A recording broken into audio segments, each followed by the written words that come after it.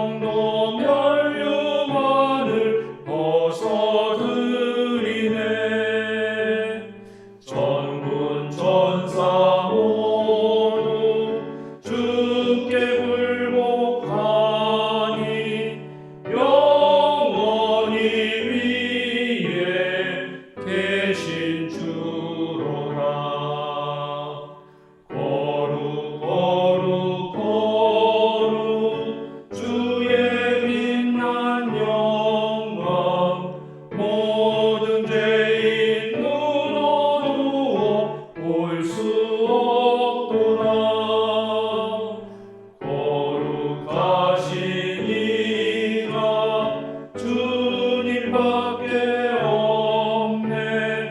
온전히 전능하신 주로다.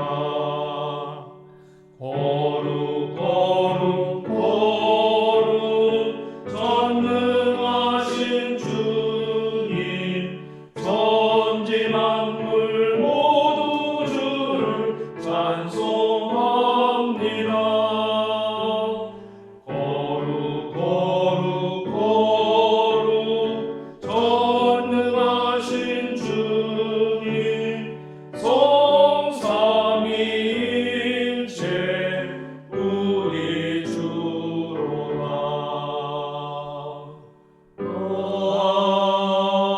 아멘.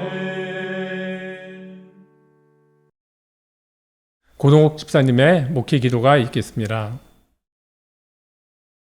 사랑과 은혜가 많으신 하나님, 기나긴 장마 기간을 보내면서 많은 피해와 더위에 지쳐 있는 저희들에게 예배를 드릴 수 있는 게 해주심에 진심으로 감사를 드립니다. 막바지 무더위와 폭우에 지치지 않고 건강하게 이 시기를 잘 지낼 수 있게 항상 살펴주시옵소서. 여름 성경학교를 진행하고 있습니다.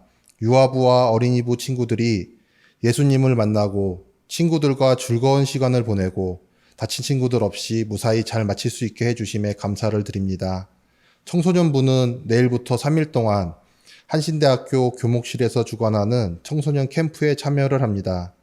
집을 벗어나 다른 지역에 살고 있는 또래의 친구들을 만나서 즐겁고 신나고 또 건강하게 지내다 돌아올 수 있게 해 주시옵소서. 여름 성경학교를 진행하고 있는 동안 수고해 주시는 목사님, 선생님, 또 여러 가지로 봉사해 주는 교인분들에게 힘을 주시어서 남은 기간 동안에도 즐겁게 지낼 수 있게 해 주시옵소서. 교회를 위하여 기도하고 봉사하시는 분들이 있습니다. 교인들의 신앙 성장을 위하여 항상 고민하시고 노력하시는 교육자분들, 교회가 올바른 방향으로 가도록 노력하시는 당 회원과 목회 운영위원 회원들, 또 선교부, 친교부, 애참부, 교육부, 재정부, 기획관리부에서 각자의 역할을 충실하게 지키시고 계시는 부장님들과 그 부원들에게 힘을 주시고 은혜를 내려주시옵소서. 각 신도회를 위해서도 기도합니다. 백향목회, 겨자시회, 권사회, 감람나무회, 포도나무회 각 임원분들과 각 신도회 분들이 함께 하셔서 각 신도회가 교회의 주축이 되어 교회를 이끌어가는 기둥이 되게 도와주시옵소서. 세상에 살면서 고난과 힘듦이 올 때 쉬지 말고 기도하라고 하신 말씀대로 살지 못하고 흔들리고 무너진 적도 많았습니다. 또 혼자 남겨진 자신을 발견하고 나를 떠나신 주님을 찾은 적도 있습니다. 그렇지만 주님께서 우리를 떠나신 것이 아니라는 말씀을 알게 되고 낮은 인간으로 이 땅에 오셔서 우리를 죄와 고통에서 구원해 주심에 감사드립니다. 하나님 아버지, 생명사랑 공동체를 더욱 사랑해 주시기를 원합니다. 지난 12년 동안 작으나 건강한 교회를 지향하고 모든 성도들이 한마음 한뜻으로 선교 사명에 충실한 교회로 가게 하시니 감사합니다. 또 올해는 첫사랑을 마음에 품고 새 걸음으로라는 표를 가지고 다양한 배움 모임과 활동을 통해서 신앙인으로서 좀 더 성숙해지도록 노력하고 있습니다. 이 노력이 헛되지 않게 해주시고 모든 면에서 성장하는 저희 생명사랑교회 교인들이 되게 해주시옵소서. 모든 교인들이 교회를 더욱더 잘 섬기고 건강한 교회를 위해서 최선을 다하도록 인도하시니 감사합니다. 온 성도들이 기쁜 마음으로 작지만 건강한 교회를 바라보며 선교의 사명을 이루는 데 힘쓰고 있으니 형님께서 인도해 주시옵소서. 저희들이 마음과 뜻을 다하여 진정으로 예배를 드립니다. 저희들의 예배를 기쁘게 받아주시고 우리를 구원하신 예수 그리스도의 이름으로 기도합니다. 아멘.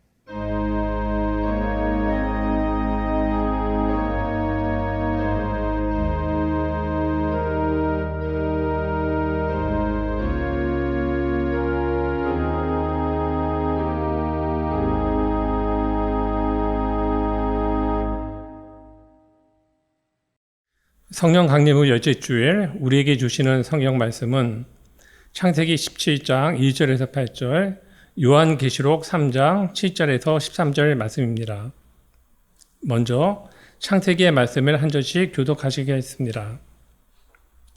아브라함의 나이 99이 되었을 때 주님께서 그에게 나타나셔서 말씀하셨다. 나는 전능한 하나님이다. 나에게 순종하며 흠없이 살아라.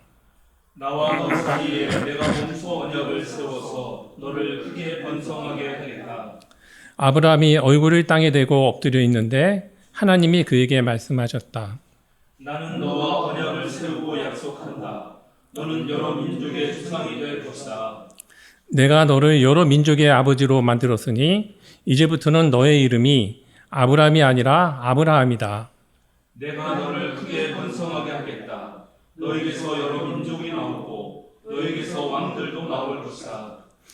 내가 너와 세우는 언약은 나와 너 사이에 맺는 것일 뿐 아니라 너의 뒤에 오는 너의 자손과도 대대로 세우는 영원한 언약이다.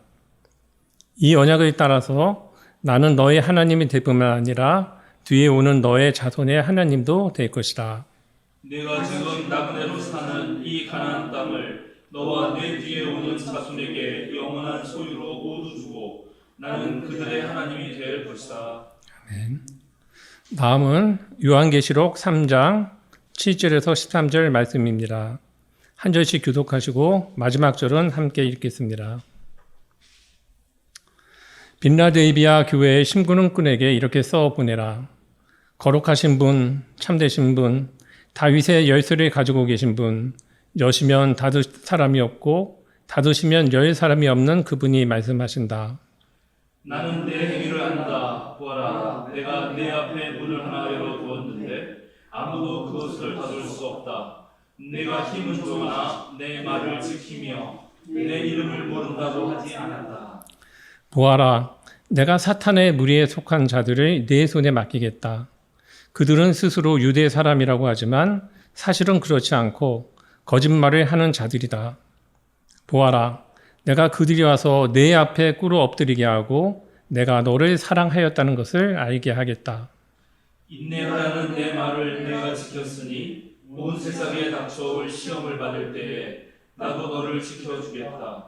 시험은 땅 위에 사는 사람들을 시험하려고 닥치는 것이다. 내가 곧 가겠다.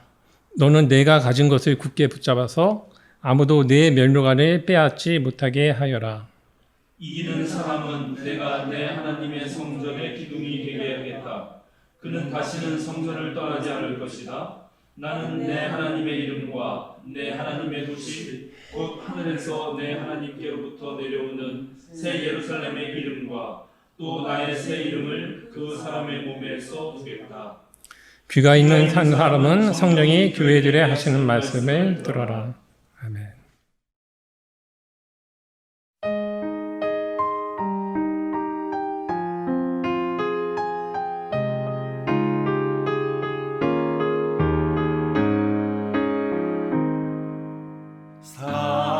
사랑으로 세상을 품으시고 따스하게 우리를 다독이시니 희망으로 사람을 이끄시고 든든하게 우리를 밀어주시니 진리로 역사를 세우시고 밝고 맑게 우리를 인도하시니 생명의 하나님 구원의 예수님 평화의 성령님 우리를 불러주셨네. 우리를 세상에 보내시네.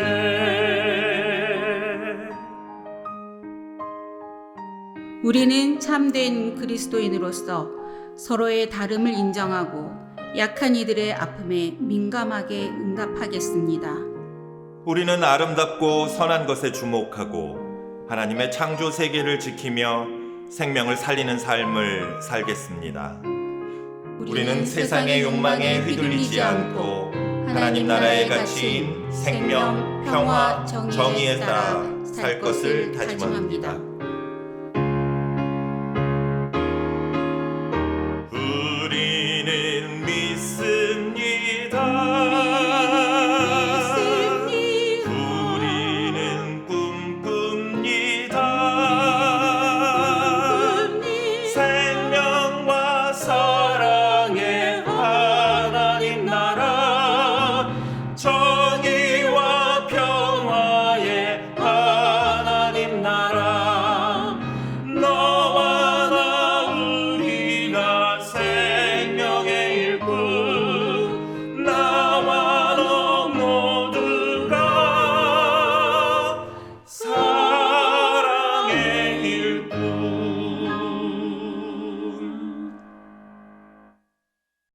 한문덕 목사님이 믿음의 사람과 성전의 기둥이라는 제목으로 말씀 전해주시겠습니다. 이번 주는 설교를 준비하다 보니 이번에 한 번으로 설교가 끝날 것 같지가 않습니다.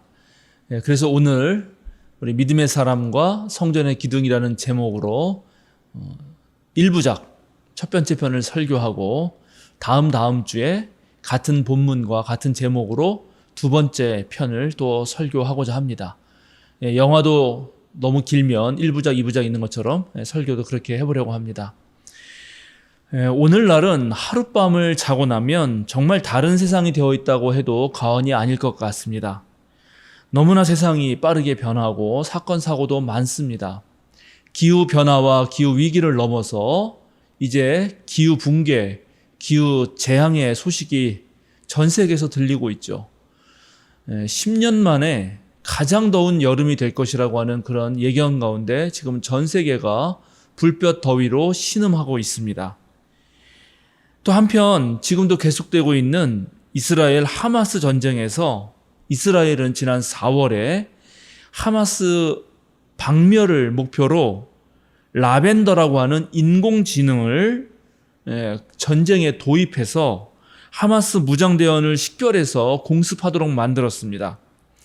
무장대원 한 명을 죽일 때 민간인 20명에서 30명을 함께 사살해도 좋다라고 하는 것을 염두에 두고 그렇게 허용하면서 무장대원이 가정으로 들어갔을 때 재래식 무기를 사용해서 그 집 전체를 파괴하는 방식으로 지난 4월 초에 약 3만 3천 명이 학살당하고 부상자도 7만 5천 명이나 되었습니다. 러시아 우크라이나 전쟁에서도 이 인공지능을 장착한 드론이 아주 맹활약을 하고 있는데 약 50만 원 정도에 불과한 FPV, First Person View라고 하는, 그러니까 1인칭 관점에서 이렇게 볼 수 있다고 하는 뜻인데요. FPV 드론이 50만 원밖에 되지 않는데 그것을 조종사가 고글이나 헬멧을 쓴 채 아주 먼 지역에서 이렇게 실시간으로 영상을 전송받아서 그걸 운전해가지고 수십억 원에 해당되는 러시아 탱크라든가 중하기 위해 바로 공격용 무기처럼 내리꽂게 하는 것입니다. 이렇게 인공지능이 정말 하루가 다르게 발전하면서 여러 곳에 쓰이고 있는데 원래는 인공지능이 너무 발달하면 인간 지능을 뛰어넘어서 인간의 명령에 복종하지 않으면 어떻게 하나 하는 그런 우려들을 많은 사람들이 했습니다. 그런데 지금 전쟁터에서는 오히려 인간이 자발적으로 전쟁을 인공지능에게 맡기고 자기가 그 밑에 가서 복종함으로써 수많은 전쟁 학살을 일으키고 나서도 AI 때문에 그랬다라고 하는 그런 범죄의 면피용으로 사용하고 있는 것입니다. 기후재앙이 있는 데다가 인공지능이 이런 식으로 사용되고 있다는 것이죠.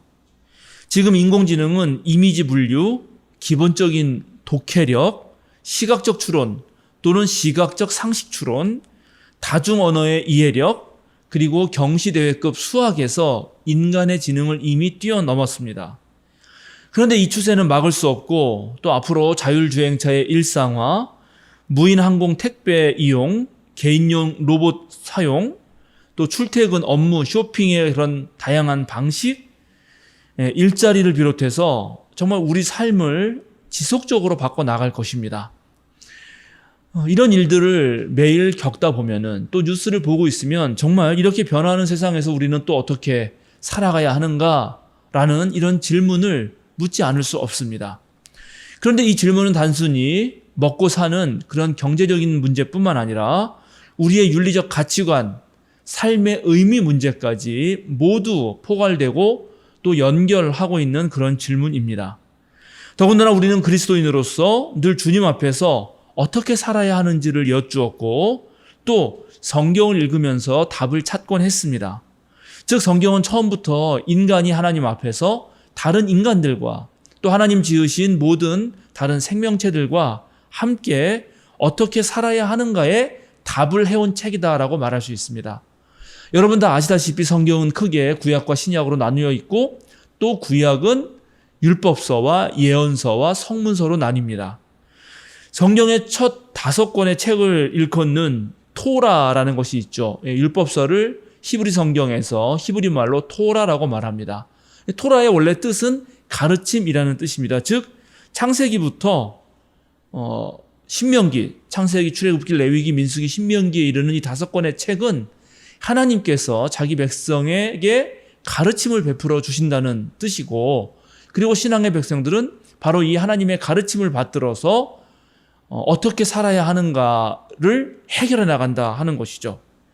무종교인들은 이렇게 천지가 날마다 개벽하는 이 시대에 그 옛날 쓰여진 성경이 무슨 소용인가, 과연 유효한가 이렇게 물을지 모르지만, 그러나 하나님을 믿는 우리는 우리의 인생을 어떻게 꾸려나갈까, 어떻게 살면 좋을까라고 할 때 여전히 성경을 펴보지 않을 수 없는 것입니다. 그런데 토라, 즉 신앙의 백성에게 주는 율법책이 가르침이라면 왜 613가지의 율법 조문을 담고 있는 율법 이야기로부터 시작하지 않고 존재하는 모든 것들의 근원을 알려주는 창조 이야기로부터 시작하는 것일까요? 이게 하나님의 백성을 가르치는 책이라면 초반부터 아주 법조문을 알려주면서 그렇게 이 말씀을 따라라고 하는 것이 훨씬 더 효과적인데 왜 그렇게 하지 않은 것일까요? 바로 그것은 하나님과 언약을 맺고 또 하나님 뜻대로 살겠다고 하는 믿음의 백성은 하루아침에 뚝 떨어지는 것이 아니라 그런 믿음의 사람이 탄생하기 위해서는 일정한 역사적 맥락이 필요하기 때문입니다. 토라는, 즉 율법서는 아브라함을 믿음의 사람으로 내세우고 있습니다. 여러분 잘 아시다시피 아브라함은 전 세계 유일신 종교인 이슬람교, 그리스도교, 그리고 유대교의 아버지이고 전 세계 인구 80억 명 인구의 절반 이상이 믿음의 조상으로 떠받드는 사람입니다. 그런데 아브라함은 창세기 12장에 가서야 등장하고 그 이전까지는 창세기의 그 세상 창조 이야기와 그리고 인류의 타락의 역사를 다루고 있습니다. 세상과 인간 창조는 사랑의 하나님께서 결단한 모험이라고 할 수 있습니다.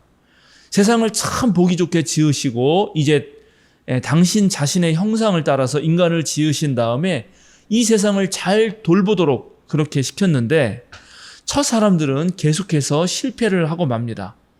그런데 바로 그 실패를 디딤돌로 삼아서 또 거울로 삼아서 등장하는 믿음의 사람이 있는데 그가 바로 아브라함입니다.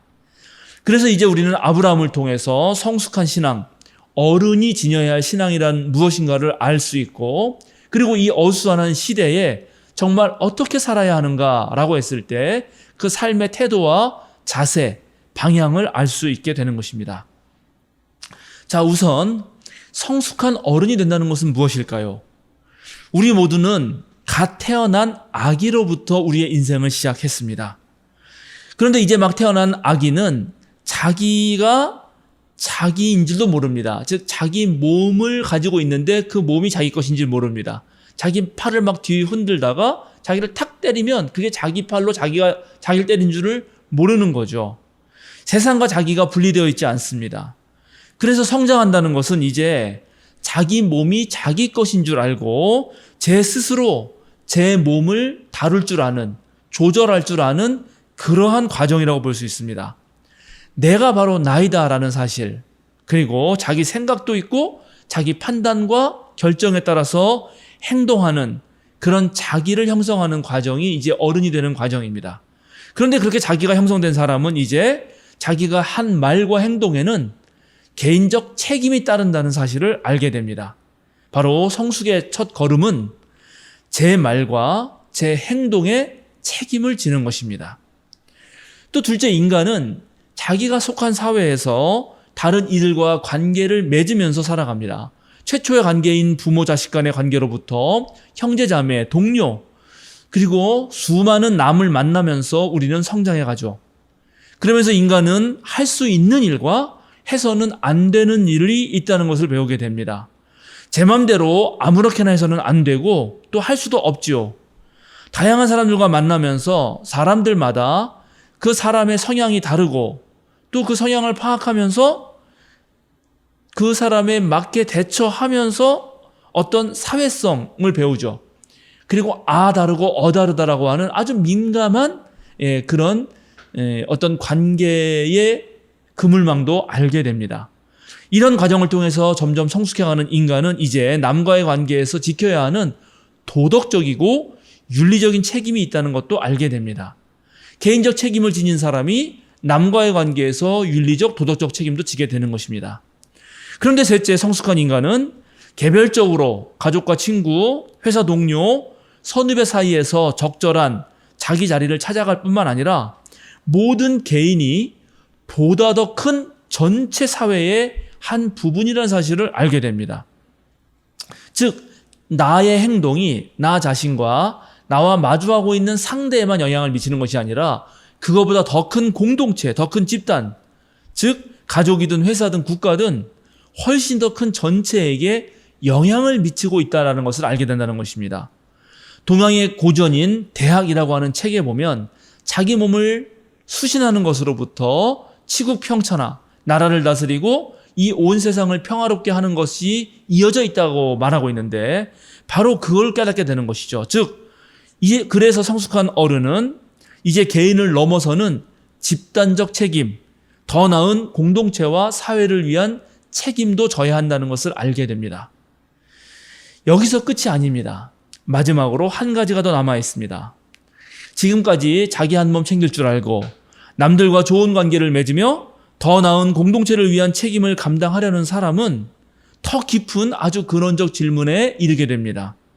내게 주어진 이런 책임들을 감당하려면 그런 능력이 필요한데 이 능력은 도대체 어디로부터 나오는 것인가 하는 물음입니다. 바로 성숙한 그리스도인들은 이런 모든 책임을 질 수 있는 그 능력이 생명과 사랑과 정의의 근원이신 하나님으로부터 온다고 믿고 있습니다. 그래서 우리는 하나님 앞에 서서 내 존재의 뿌리를 성찰하면서 또 모든 존재하는 것들에 대해서 존재론적 책임을 져야 한다는 생각을 하게 됩니다. 그러니까 참된 믿음의 사람, 즉 어른의 신앙은 개인적 책임, 윤리 도덕적 책임, 공동체적 책임, 그리고 마지막으로 존재론적 책임을 감당하는 사람입니다. 하나님은 사랑으로 이 세상과 생명을 창조하시고 우리를 당신의 형상으로 지으셔서 창조하는 자유를 주셨습니다. 하나님은 우리가 하나님에게 맹목적으로 순종하는 것을 원치 않으십니다. 하나님은 우리가 창조적 자유를 가지고 때에 맞게 책임지길 원하시는 것입니다. 그런데 아브라함이 등장하기 전, 즉 믿음의 사람 아브라함이 등장하기 전 창조 이야기로부터 바벨탑 사건에 이르기까지 역사의 주인공들은 그 책임에 실패하고 맙니다. 우선 첫째 사람인 아담과 하와를 보시죠. 이 둘은 전능자 하나님이 되려는 유혹에 넘어가고 맙니다. 그러면서 온전한 자기를 형성하는 데 실패하죠. 선악을 알게 하는 나무의 열매를 보면서 금지 명령을 내리신 하나님이야말로 진짜 창조주이시다라는 것을 기억했어야 됐는데, 그런데 오히려 자신의 유한성을 인지하지 못한 채 자기가 곧 하나님이 되려고 하면서 자기가 누구인지를 잊어버리게 되죠. 곧 개인적 책임에 실패하게 되는 것입니다. 그래서 하나님이 너 누가 금지한 선악을 알게 한 나무 열매를 먹게 했느냐라고 책임 추궁을 하자 아담은 하와 핑계를 대고 하와는 또 뱀에게 핑계를 댑니다.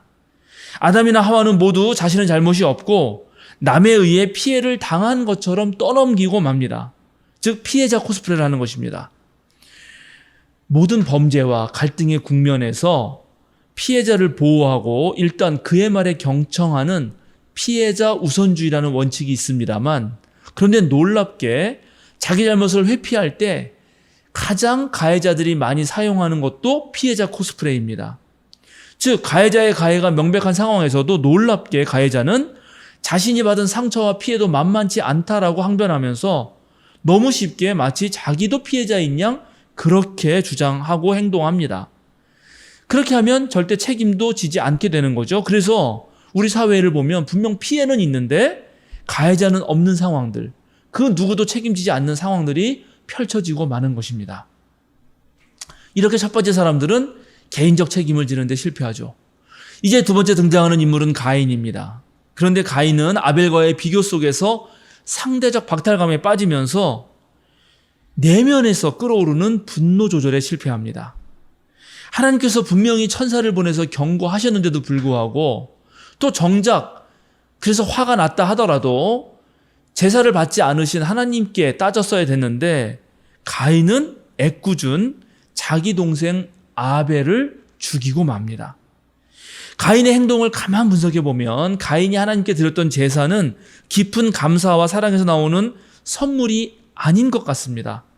하나님을 자기 손아귀에 넣으려는 일종의 수작이자 기획이 아니었을까 하는 의심이 들 정도입니다. 우리가 흔히 사람과 관계를 맺을 때 선물을 통해서 사람에게 남에게 환심을 사고 그 선물을 가지고 상대를 조종하려는 사람들이 있죠. 그럴 때 그 선물은 뇌물이 되고 사실상 미끼일 뿐입니다. 두 번째 등장하는 사람 가인은 형제 자매든 동료이든 또 상대와의 관계 속에서 반드시 지켜야 하는 도덕적이고 윤리적인 책임에 실패하는 표본입니다. 즉 남을 목적으로 대하는 것이 아니라 수단으로 대한다는 것입니다. 이제 세 번째 등장한 인물은 아벨을 대신해서 얻은 셋, 그 셋의 후손인 노아입니다. 노아의 등장은 화려합니다. 성경은 그를 의롭고 흠이 없고 하나님과 동행하는 사람이라고 소개합니다. 그러나 그는 술에 찌들어서 하체를 드러내며 자식들에게 부끄러운 모습을 보이는 그런 사람으로 막을 내립니다. 그가 왜 이렇게 되었을까요? 노아는 하나님께 순종하는 사람으로 600세 되던 해 전 세계를 강타한 홍수를 피하기 위한 방주를 마련합니다. 주님의 명령에 따라서 짐승들을 태우고 주님의 명령에 따라서 문을 닫고 들어갑니다. 거의 1년의 세월이 다 지났을 때 다시 주님의 명령에 따라서 방주의 문을 열고 나옵니다. 종교개혁자 깔뱅이 칭찬한 대로 그는 순종의 사람입니다. 그러나 놀랍게 노아의 홍수 이야기에서 노아는 더 나은 세상을 위해서 그리고 이 죄악으로 가득 찬 세상 사람들의 구원을 위해서 먼저 나서서 하는 일이 전혀 없습니다. 전체 공동체가 무너지고 있는데 그것을 책임질 마음이 없는 것입니다. 이 부서진 세계를 재건하는데도 그저 미적미적거릴 뿐 그 어떤 것도 하지 않습니다. 그렇게 노아는 그저 혼자만 살아남은 사람으로 살다가 술에 취해서 결국 제 한 몸 주체하지 못하는 그런 상태가 되고 마는 것입니다. 이렇게 본다면 노아는 결국 공동체 전체를 책임지는데 실패한 사람이 되고 맙니다. 즉 노아는 그저 인습적인 신앙, 주님의 명령에 무사유적으로 복종하는 데 머무르고 말았던 것입니다. 하나님이 원하셨던 창조적 자유를 가지고 무엇인가 해내는 그런 인간, 즉 하나님의 형상을 닮은 인간이 되는데 실패했던 것입니다. 이제 노아 이후 아브라함이 등장하기 전 마지막으로 등장하는 사람들의 모습은 바로 바벨탑을 쌓은 사람들입니다. 이들은 생육하여 번성하여 또 땅에 충만하라고 하는 하나님의 말씀을 어기고 한 곳에 정착해서 거기에 고착된 상태에서 흩어지지 말자 이렇게 한 목소리로 외칩니다. 그리고 그 자리에 도시를 세우고 높은 탑을 쌓고 자신들의 이름을 드날리자라고 말을 합니다. 이들은 하늘과 땅의 경계를 허물고 마치 자신들이 땅과 하늘 모두의 주인인 양 행세합니다. 이들은 하나님의 질서를 어지럽히고 있습니다. 하나님은 하늘에 계시고 너희는 땅에 있다라고 하는 전도서의 말씀이 있는데 그래서 하늘은 하늘이고 땅은 땅이고 창조주는 창조주이시고 피조물은 피조물이고 하나님만 하나님이시고 인간은 인간일 뿐인데 이들은 감히 자신의 존재론적 지위를 망각하고 하늘에 가 닿으려고 하는 것입니다.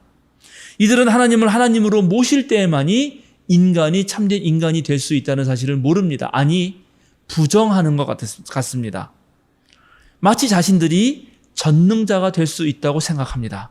권력의 힘과 경제적 부유함이 이런 착각과 교만과 자만심을 만들어내었던 것입니다. 인류 역사에서 거대 제국을 운영하면서 꼭대기 자리에 앉았던 이들이 대체로 이러한 모습을 보였습니다. 그러나 이렇게 자신의 존재를 제대로 파악하지 못하고 돈과 힘으로 타자를 자기 발밑에 두면서 심지어 하나님마저도 자기 안으로 흡수하려는 이런 사람들의 행동은 결국 멸망과 패망으로 끝이 납니다. 바벨탑을 쌓은 이들은 이렇게 존재론적 책임을 지는 것에 실패합니다. 이러한 인간들의 실패를 딛고 일어선 사람, 바로 그 사람이 아브라함입니다. 아브라함은 이 아브라함을 믿음의 조상이라고, 믿음의 사람이라고 부르고 있습니다. 오늘 우리가 함께 읽은 성서 본문은 하나님께서 아브라함과 함께 맺은 언약의 한 부분입니다. 성서 전체를 꿰뚫는 신학의 한 흐름으로서, 한 관점으로서 언약 신학이라는 것이 있습니다. 하나님은 아담과 노아와 아브라함과 모세와 다윗과 같은 사람들과 언약을 맺기 때문에 그렇죠. 첫 인간 아담과의 언약이 실패로 돌아간 후에 하나님은 무지개를 보시면서 노아와 새 계약을 맺습니다. 노아와의 이 언약, 새 계약은 노아와 노아의 식솔들뿐만 아니라 모든 세계 피조물들과 함께 맺으시는 아주 중요한 언약입니다. 그런데도 불구하고 이 언약을 맺은 노아가 믿음의 조상이 아니라 아브라함이 믿음의 조상이 되는 것입니다. 오늘 아브라함과 맺는 언약을 시작하시면서 하나님은 아브라함에게 이렇게 말씀하십니다. 나는 전능한 하나님이다. 나에게 순종하며 흠없이 살아라. 이 말씀만 보면 노아와 별 다를 것 없이 보이죠. 그런데 이 말씀은 지금 번역이 좋지 않아서 그렇습니다. 개역 개정판 성경으로 다시 한번 읽어드리겠습니다. 나는 전능한 하나님이라. 너는 내 앞에서 행하여 완전하라.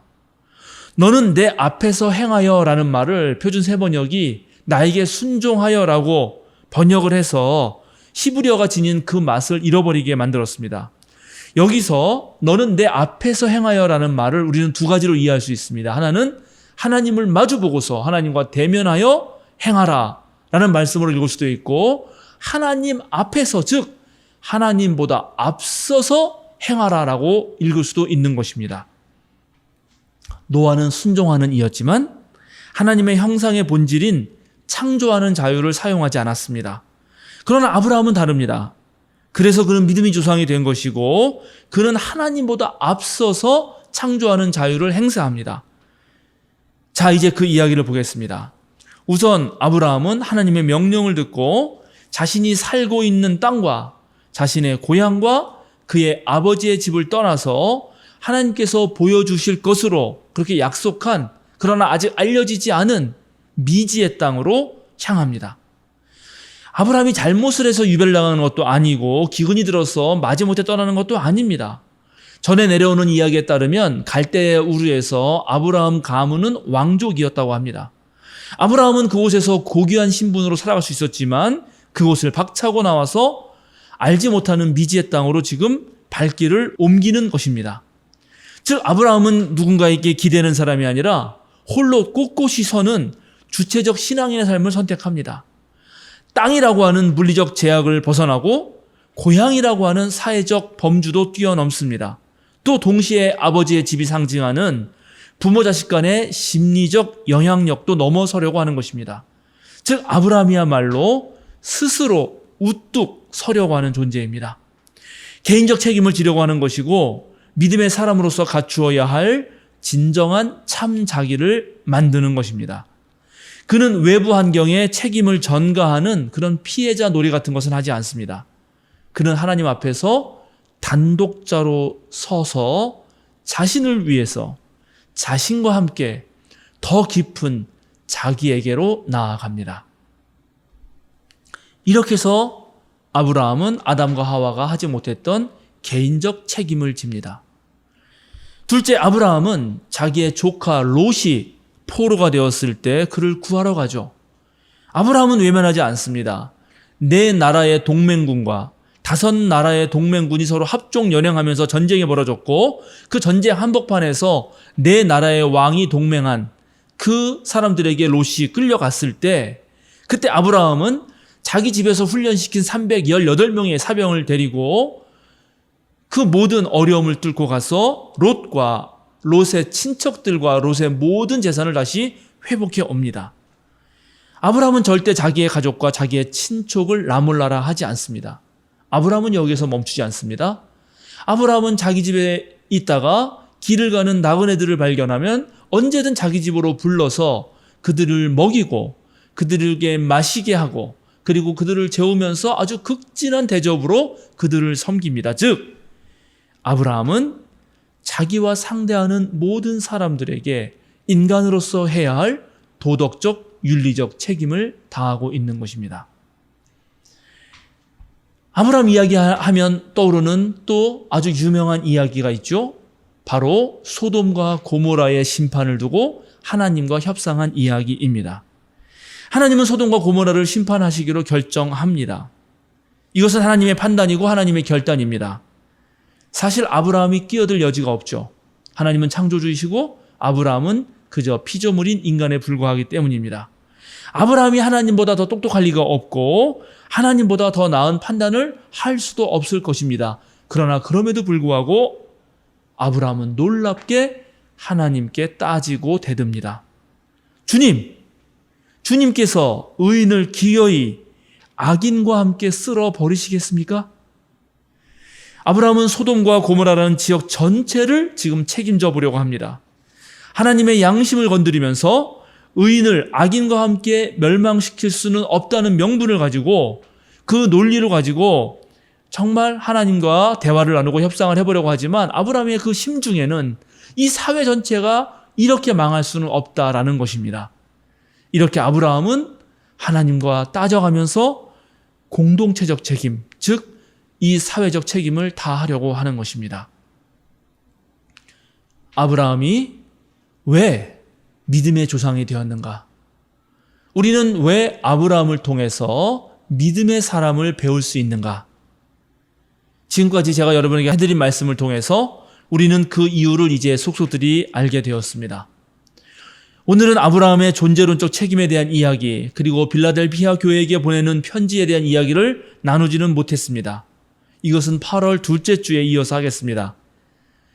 오늘 우리는 아브라함의 신앙과 또 책임 있는 행동을 통해서 성숙한 믿음, 유치한 정말 어린아이 같은 그런 신앙이 아닌 어른으로서 갖추어야 할 신앙이 무엇인지를 배웠습니다.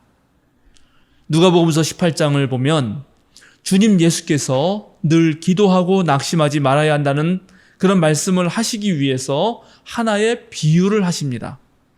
억울한 일을 당한 과부가 사람도 존중하지 않고 하나님도 두려워하지 않는 그 재판관을 찾아가서 설득한 이야기입니다.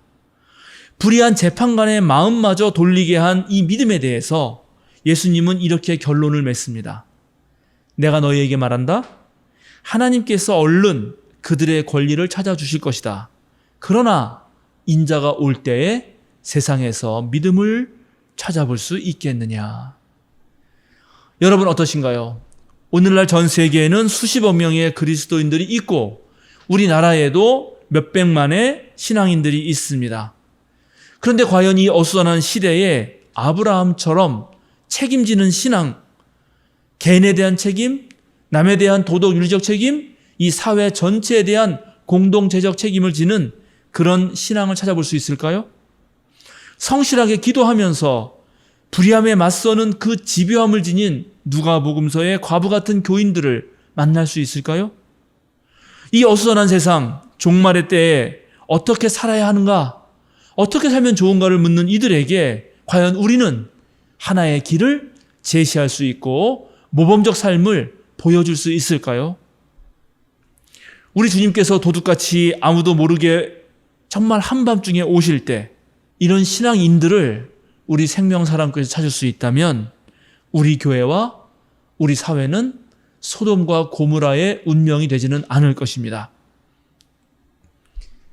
오늘 저의 말씀이 여러분의 마음을 흔들고 여러분의 삶에 변화를 주기를 주님의 이름으로 간절히 축원합니다. 함께 기도하겠습니다.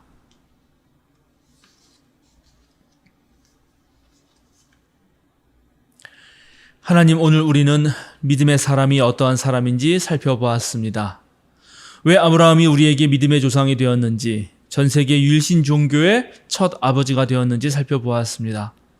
오늘 우리도 나 자신에 대하여, 남에 대하여, 공동체와 이 사회 전체에 대하여 책임지는 존재가 되게 하여 주소서. 기대어 살면서 이 핑계 저 핑계를 대고 종로로 타는 것을 편히 여기면서 남 탓하는 그런 사람이 되지 않게 하소서. 오늘날 세상은 너무나도 어수선하여 예측하기 어려운 수많은 일들이 벌어집니다.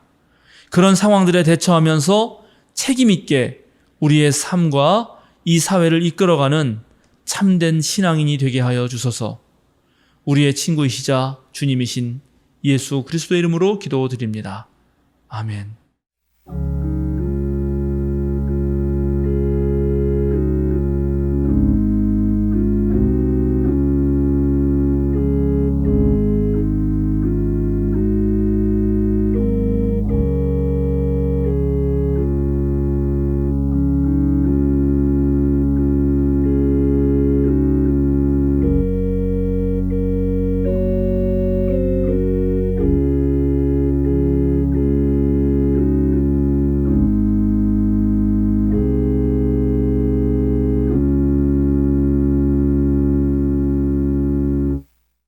함께 사도신경으로 우리의 신앙을 고백합니다.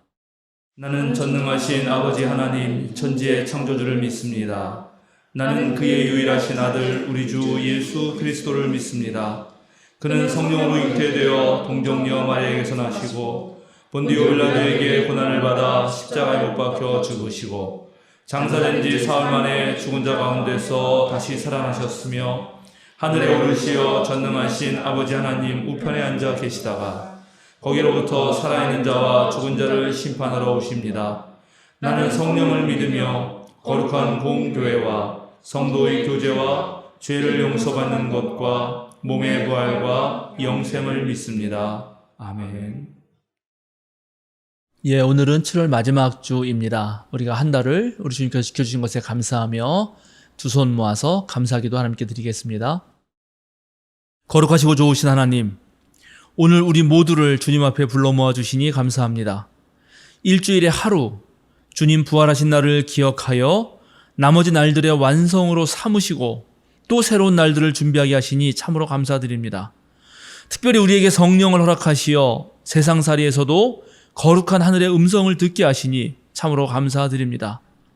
오늘 하루 우리가 받은 은혜를 기억하며 우리가 주님을 더 잘 알게 하시고 우리가 맡아서 해야 할 일들을 좀 더 부지런히 감당하게 하시며 우리의 이웃을 더욱 사랑할 수 있는 힘을 주시니 감사드립니다. 주님께서 우리에게 허락하신 모든 은총에 감사하여 오늘 우리의 삶을 드립니다. 주님께서 우리를 받아주소서. 또 우리가 드린 예물이 꼭 필요한 곳에 쓰이며 이것을 통해 많은 이들이 행복과 기쁨을 누리게 하여 주소서. 특별히 성령의 능력으로 행하는 생명사랑교회의 모든 사역을 통하여 우리가 날마다 진보하게 하시고 더욱더 주님과 가까워지게 하여 주소서. 위기의 순간에 능력을 발휘하며 어두운 시대에 한 줄기 빛이 되고 부패를 막고 더러운 것을 씻어내는 소금 되게 하소서. 우리 주님 예수 그리스도의 이름으로 기도드립니다. 아멘.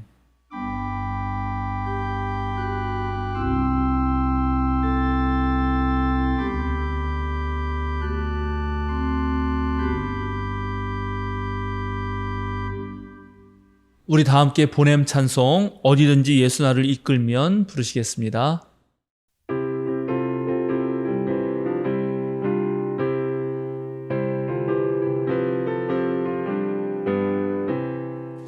어디든지 예수 나를 이끌면 어디든지 예수 함께 가려네. 예수 함께 아니 가면 나 없고 예수님과 동행하면 도 없네.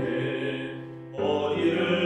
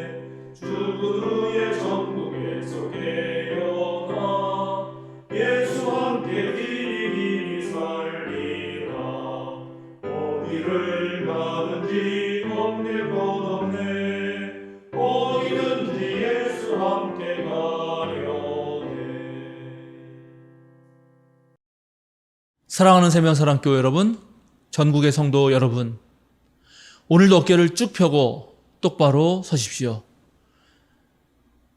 이 어수선한 시대, 우중충한 날씨에도 저 세상으로 당당하게 그리고 힘차게 나아가십시오. 자유인으로 사십시오. 남 탓하지 맙시다. 온전히 하나님 앞에서 단독자로 서고 하나님보다 앞서서 나가는, 그래서 책임 있게 행동하는 믿음의 사람이 됩시다. 축도하겠습니다. 생명의 왕이 여러분에게 힘을 주시고 사랑의 그리스도가 여러분에게 평화를 주시며 거룩한 영이 여러분에게 힘 주시길 원합니다.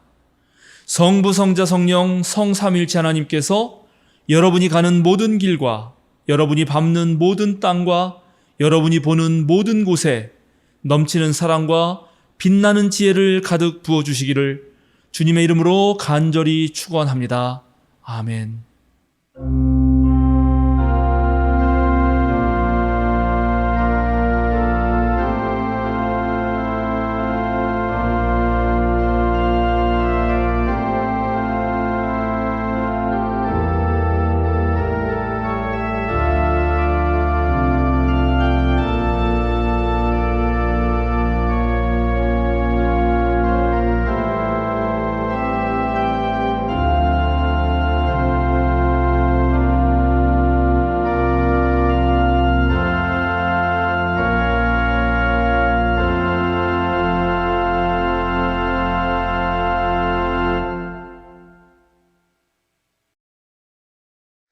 사김과 알림시간입니다. 오늘은 성령 강림 후 열째 주일입니다. 오늘 오후에는 목회 운영위원회가 있습니다. 교회 문패를 제작했습니다. 가정별로 하나씩 가져가시기 바랍니다. 7월 추천도서는 디트리트 본 휘포의 성도의 공동생활입니다. 8월 추천도서는 아우구스티누스의 고백록입니다. 7월 29일, 8월 12일 오전 10시부터 12시까지 도봉소원 종합사회복지관에서 저희 교회 공간을 사용합니다. 어린이부 여름성장학교를 잘 마쳤습니다. 봉사하고 기도와 후원으로 함께 해주신 모든 분께 감사드립니다. 청소년부는 7월 29일부터 31일까지 2박 3일로 한신대학교 교목실에서 진행하는 청소년 캠프에 참석합니다. 8월 1일 목요일 오전 6시에 월삭 기도회가 있습니다. 8월 1일부터 3일까지 한문덕 목사님이 휴가를 다녀오십니다. 8월 6일부터 7일 이틀 동안 생명사랑교회 목회자 수련회가 남원 제1교회에서 있습니다. 다음 주 생일자는 7월 28일 조은상 성도, 8월 3일 윤종자 성도님입니다. 오늘 함께 예배 드릴 수 있어서 감사합니다. 오늘 함께 누린 은혜가 한 주간 힘이 되길 원하며 한 주간 평안하시길 바랍니다.